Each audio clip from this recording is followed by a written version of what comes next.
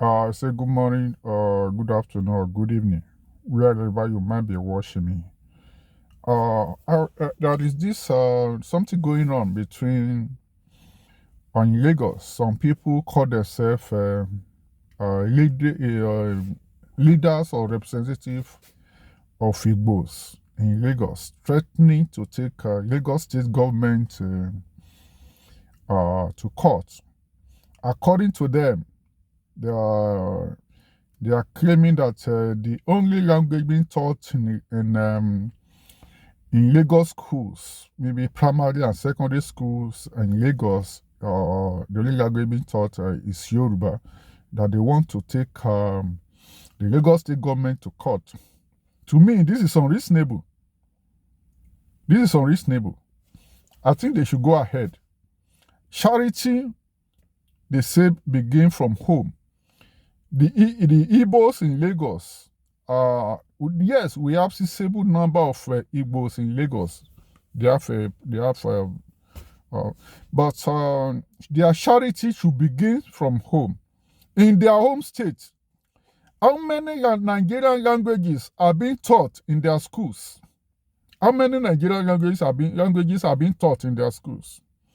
So if because of the population the Igbos have in Lagos, if they want Igbo language to be taught in primary and secondary schools in Lagos to preserve their language, the way to go should not be confrontation. They should not be confrontational about it.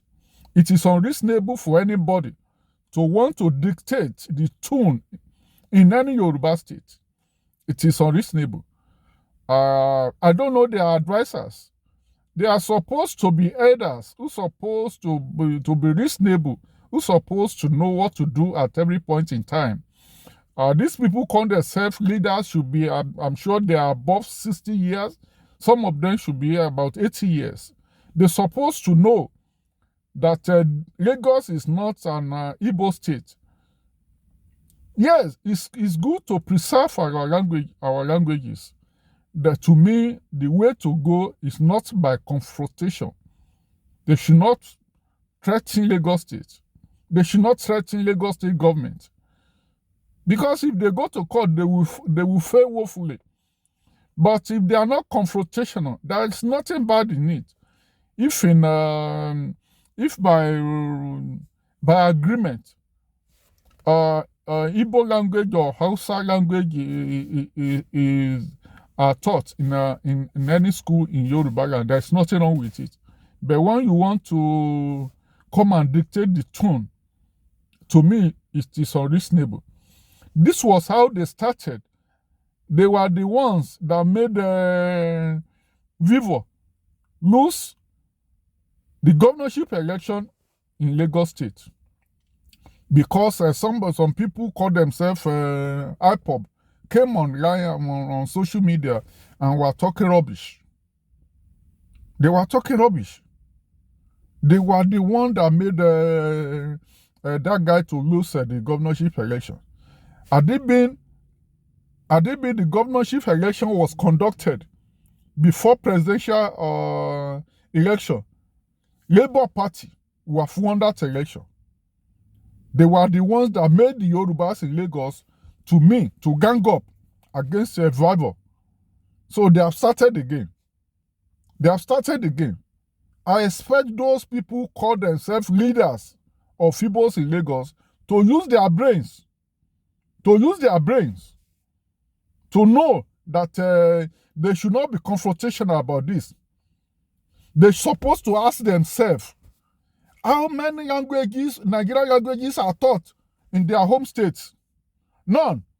They're supposed to ask themselves, how are the students in their non-indigenous students in their home state? How are they being treated? They're supposed to ask themselves. In terms of school fees, nobody is discriminating against anybody in primary and secondary schools in Lagos. Because this is commendable. We should commend the Lagos state government for this. Even in eastern state, Ebonyi And if you go to Ebonyi, as an Igbo person, if you are from Anambra, the way your children, the school fees are said to be different. If you are from Anambra, your children are going to school in Ebonyi, school fees are different. Igbos are discriminating against themselves in Igbo State. So you can't come to Yoruba land and be talking rubbish. This is trash. This is trash. This is nonsense. It is very nonsensical. To me, there's nothing wrong if Igbo language is taught in Lagos school. There's nothing wrong with that. But when you want to present it, it should be presented reasonably. It should be presented reasonably. This is rubbish. This is nonsense. I don't know their advice. Maybe they don't have. I don't know. Elders are supposed to have sense. This kind of elders don't have sense. It is not your right. They should get it to their score. It is not your right that Igbo language must be taught in Lagos schools or in any school in Yoruba land. You should supposed to go in agreement with maybe state government and in Yoruba state in order to encourage them to introduce Igbo language in schools. You see in Abubakar written constitution that Nigerian languages should be taught in schools in Nigeria? No. So Igbo language is not the only language in Nigeria. Igbos are not the only people who are not Yorubas in Lagos. We have other tribes. We have a lot of tribes. They can also come up and say they want their language taught in Lagos schools. You can't just come and try to bully the Lagos state government for what? What kind of rubbish is that? Who does that? What you cannot take in your home state, you come to Lagos and be talking rubbish. This is nonsense. This is nonsense. You should try to appeal. This thing should come in terms of appeal to the Lagos state government. It should come in terms of appeal to the Lagos state government. These guys who call themselves leaders, if they have sense, they're supposed to seek an audience with the governor of Lagos State and discuss it like elders.